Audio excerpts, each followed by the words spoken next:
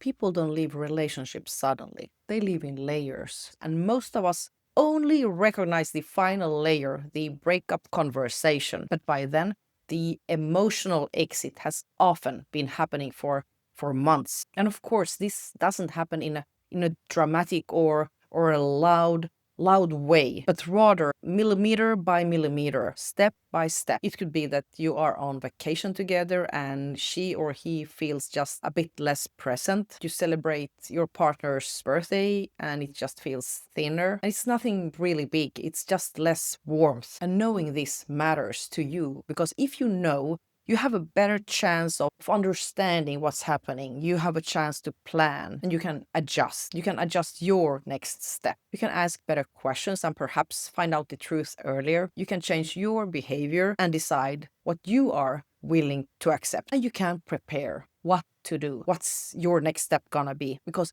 if you don't see this pattern of the upcoming exit, if you stay clueless to what's really going on, you stay reactive instead of having a better chance of making a plan that's going to work for you, having a strategy. I mean, your life is about to change, to maybe even explode in this highly dramatic way, which a breakup most likely is going to mean for you. You're obviously better off knowing, preparing. Do you need to move elsewhere? Do you two depend on each other economically? Do you have children? So in this video, I'm going to show the first subtle shift that most of us do miss. The way a person rewrites the relationship before they leave, how they change their wording, their words while talking to you about your mutual relationship. And we will look at the way your partner already may have been talking about the relationship to his or her friends, not their family, but to their friends in their friend group. Often, friends are the first ones to hear the new story, the new narrative, and that matters because by the time that you're gonna hear the new story, they may already have processed it out loud with their friend group, with their inner circle. He may have framed the relationship as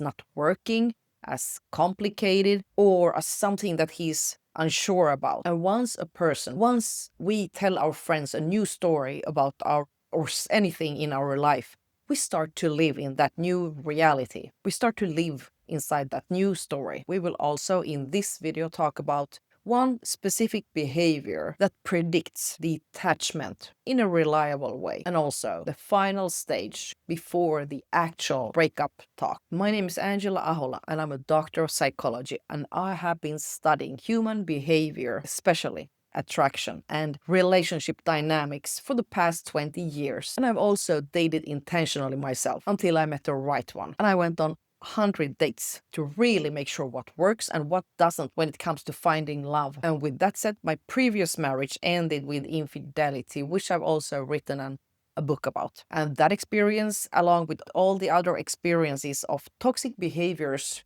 in the very same relationship, is one of the strongest reasons to why I today choose to work with relationship dynamics, the behaviors that create a flourishing relationship and all the variables that don't. All these experiences, my personal experiences, made it possible for me to be able to look at infidelity and dysfunctional behaviors within a relationship, as well as on dating, not only from a theoretical perspective, but also on a practical, I've been there myself level. So when it comes to a person planning to leave their relationship, let's look at these layers, because once you see it, you can't unsee it. So the first layer we're gonna look at is emotional withdrawal. Detachment begins internally. So before he changes or she changes any big major behaviors, the person changes emotional access. And this is what it might look like in real life. He or she just stops. They stop sharing their thoughts spontaneously. Before, it might have sounded something like this: "You won't believe what happened at work today." Or, what I've been thinking about lately is, and now, nothing. You only hear about their day if you ask. And when you ask, how was work? No, he might only say, fine, and moves on. There's no expansion, like telling more, nor storytelling. He used to bring you into his internal world. And now you only get surface updates. So he answers, but doesn't expand. And this is what I mean by this. You ask, Are you okay? He says, yeah, and stops there. Or you say, I miss how we used to talk more. And he replies with, nothing's wrong. And that's it. He listens but doesn't engage. You're telling a story about something that hurt you, and he just nods, but he doesn't ask, what happened next? Or how did that make you feel? Or do you want advice or just support? Earlier in the relationship, he would lean in. Now he remains neutral, polite, and present, but not emotionally engaged. And when you finish talking, you feel strangely alone. Nowadays, in your relationship, you feel just strangely alone. Because what you get is reduced engagement. Because when someone is emotionally invested, they clarify. They used to explain, they shared, and wanted to give you details. But when someone is detaching, they close the loop quickly. Because expansion creates intimacy, and intimacy creates connection, and connection creates obligation. And he don't want that because he's already on his way out. So he don't want to change that road, the path he's already chosen, but that he just haven't told you about. So reducing engagement reduces bonding. Conversations feel efficient, spot on, focused on tasks rather than intimacy. Your changes become logistical. Like, can you pick up the milk? What time are you home? Or did you pay the bill? Everything works, but nothing really connects. It says surface level. Earlier, you might have stayed up talking about ideas, dreams, just random thoughts. Now, conversations have a purpose. And when the purpose is fulfilled, the conversation ends. So that shift from emotional to more transactional communication. That's one of the earliest signs on, one of the earliest layers on detachment. And here's the key. If this lasts, then it's just not a coincidence or a stressful phase in your partner's life. If this lasts for weeks, it matters because this could be a sign that there is someone else. Now, before we get into layer number 2, I just want to say regarding this layer number 1 that this could be due to stress, like emotional withdrawal. There can obviously be other reasons, or difficulties at work, or something with his or her mom. Doesn't necessarily have to be connected to the relationship. But when nothing else happens at the same time, when this particular pattern starts to form, and that's when to start paying attention. So let's talk about the second layer. And it's called rewriting the relationship. Or we could also call it with a more like psychological, scientific name, cognitive justification. And this is one of the most important layers because before people leave, they usually change the story of the relationship. Not publicly at first, but internally and often socially. You might start hearing things like, maybe we've always been too different, or I don't really know if we're really that compatible, or I think we rushed into this. And notice the timing. This often comes after years of stability. Suddenly, the relationship is being reinterpreted. And here's something that a lot of us often miss. It's that you are often not the first person to hear this new story. Not his or her family either. No, his friends are, his guy friends or her girlfriends, the inner circle. And you might later find out that he's been saying things like, it's been rough for a while. I don't know if we're really aligned. I've been thinking a lot about whether this is right for me. I've heard stories about men who fully disclose their affairs to their closest friends, showing pictures, sharing details, and talking about how alive they feel, how they found something real, all while their partner has no idea. So the inner circle often knows first. It becomes harder to reverse. Meanwhile, to you, he hasn't said anything clearly yet. And why? Why does this matter? Person telling their friend circle about what they are planning or what's on their mind. It's because whenever a person repeatedly verbalizes a new narrative, kind of stabilizes it, is putting words to their internal process. This new state will take form. It's like this old, the words became flesh, because our brain, our mind seeks coherence. If he tells his friends, we're not really that happy, his mind will begin looking for evidence that supports that statement. And slowly the story shifts from we're going through a phase to this relationship has never really worked. And you might notice smaller examples too. For example, when you are bringing up a happy memory, like remember last year, last summer, our wonderful trip to Italy. And he responds with, yeah, but we were fighting a lot back then too. Or he might say, I think that I've ignored a lot of red flags, flags that never were red before, or that she's talking about difficulties that never were there, but now suddenly have been there all along. Or you could say that I think we were solid last year. And he replies with, I don't think we've been solid for a long time. And this reframing reduces guilt. And this is not just random negativity. This is actually something, this reframing, it reduces guilt. It's psychological preparation because leaving a good relationship, that creates guilt. But leaving a flawed relationship, it feels justified. It's the same mind that highlights conflict. It minimizes intimacy and it reframes history. And by the time he says, I don't think this is working, he has often been living inside this new reality for a long time, inside this new story for months. And that's why it often feels sudden to you, but not for him. When the story changes, pay attention, especially if it contradicts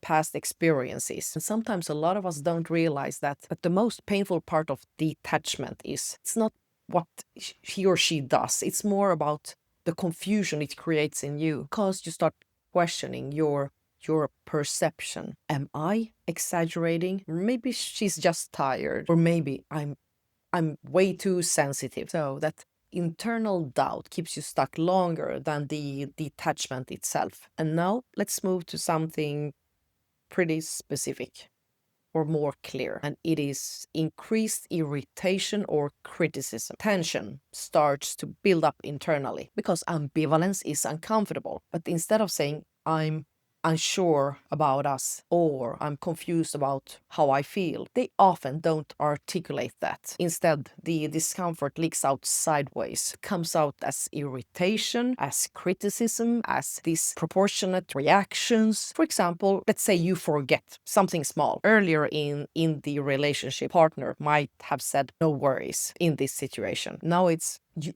always forget things, or you are 5 minutes late. Before, that it's fine. But now you are so disrespectful with time. So the event itself hasn't changed, but the emotional charge has. Another example is that you ask, are we okay? And instead of reassurance, you get, why do you always make things so dramatic? So there's a shift in tone and in frequency. Criticism increases, affection decreases, and that combination is rarely random. So notice what's happening psychologically. It's that his internal uncertainty becomes translated into your fault. If he feels annoyed, his internal narrative becomes you are flawed. If you're 5 minutes late, it becomes you are disrespectful. Small behaviors are no longer neutral. They become evidence. Evidence that you are the problem. Evidence that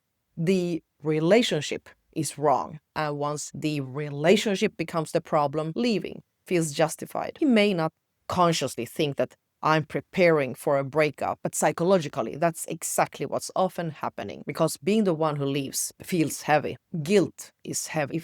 If he can redefine the relationship, if he can redefine it as dysfunctional or redefine you as the problem, then leaving no longer feels like betrayal. It actually feels quite reasonable. The more he sees you or the relationship as wrong, the easier it becomes for him to walk away. And the fourth layer when it comes to leaving is energy reallocation. Energy doesn't disappear, it moves, redirects. He may suddenly be more animated with friends, more protective of his phone, more energized at work, or more active on social media. For example, you walk into the room and he tilts his phone away, or he lights up texting but seems flat with you. This doesn't obviously mean that there's another woman, another person, but there is a great likelihood that his or her emotional energy is shifting. Things are changing. Attachment weakens when shared emotional reward decreases. And it does here because it gets nowhere. And layer number 5, that is reduced future orientation.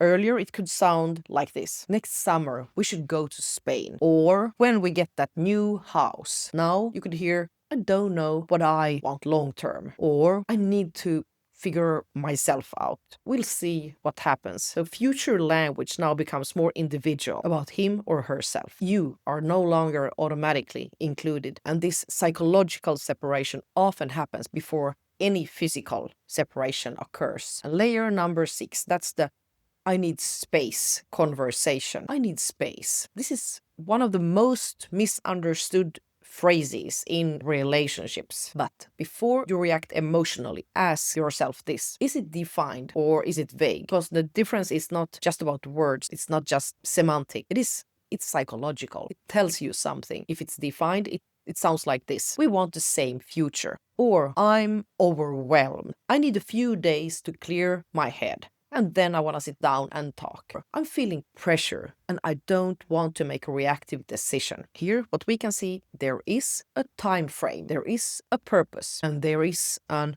intention to return to the conversation. Vague, on the contrary, sounds like this: I need space. I just need to be alone. Or I can't really explain it. And vagueness often protects an exit. There's a plan toward an exit.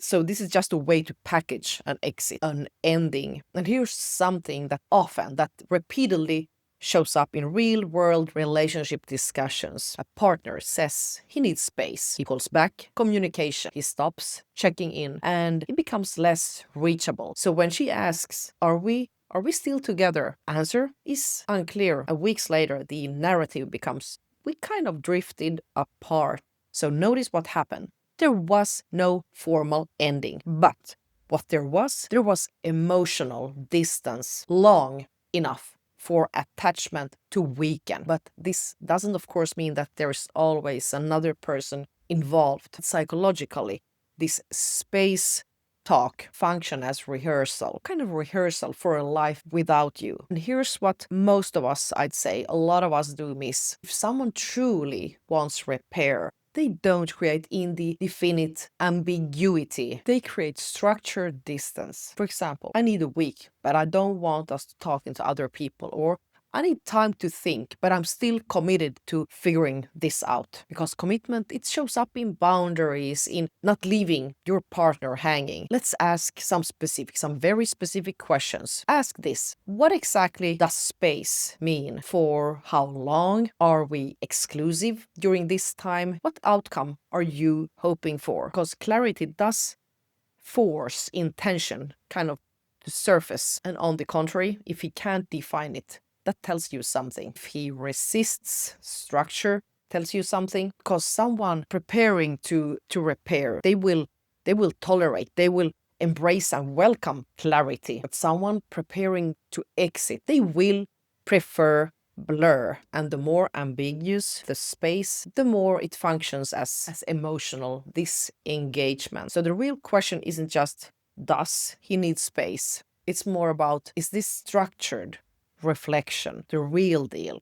or is it silent detachment? Meaning this is just a way to leave you without backbone or empathy. And that distinction changes everything. Here is what a lot of us don't realize. It's often the bridge between emotional conflict, where they still care, and emotional neutrality, the place where they don't care any longer. At first, there is tension, there are questions, conversations. Sometimes there's just nothing. No fight, no urgency, no emotional charge. And that's why detachment comes harder to detect, because there's just nothingness, empty space. Like anger still feels energy, silence, it's withdrawal. And the final layer of someone who is leaving, it's not dramatic, it's calm. So let's find out what that is. And it's number 7, layer number 7. The last stage before someone leaves, it's neutrality.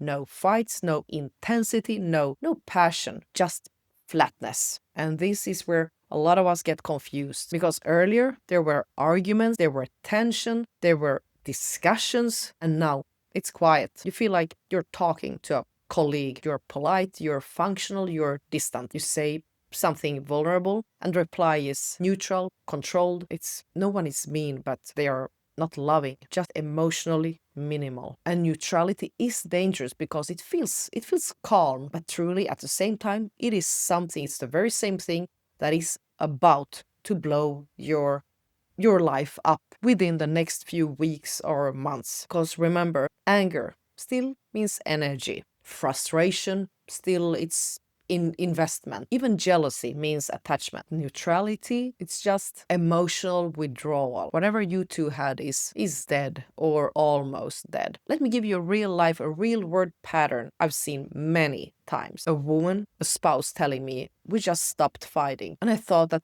we were doing better. What had actually happened was this. He stopped arguing because he stopped trying. He stopped defending himself or coming up with solutions because he stopped caring about how it ended. He stopped engaging because internally he had already stepped back. She would say, "Are you upset?" And he would respond, "No, I'm fine." And he meant that he no longer was emotionally activated. And that is the shift. When someone's still invested, they still react. But when someone's detaching, they are fine because there is no urgency to fix things no longer. There is no urgency to explain, to repair. And this is the stage where that might feel the most disorienting because you can't really point to a big event. There is no betrayal you can name, no explosion you can reference, just absence. And absence is really hard to argue with. It's hard to grasp. You can kind of fight anger, you can negotiate conflict, but you can't negotiate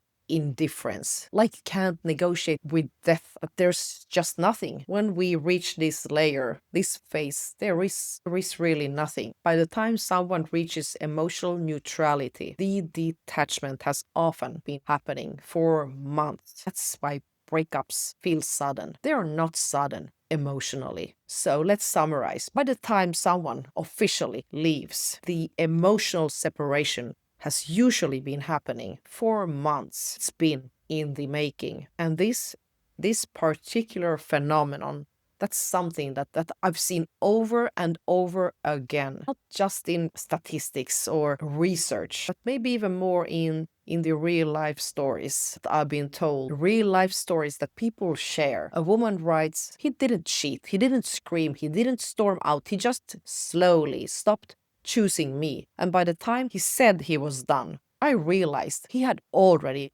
been gone for a year." And that's often how it happens. We hadn't fought in months, and I thought that meant we were stable. But what it really meant was investing. He said he felt calm about ending it. Calm. That word shows up a lot. Calm detachment. It can feel safer than conflict, but it is often the final stage. Here is why it matters, so you don't gaslight yourself. So if you recognize these 7 layers that we've been talking about today, if you recognize them as early as possible, the emotional withdrawal, the narrative rewriting, the irritation and criticism, the energy shifting, the reduced future orientation, the vague space conversation, and finally, the emotional neutrality. If you realize these early on, you gain options. You have a chance to addressing this directly when you can ask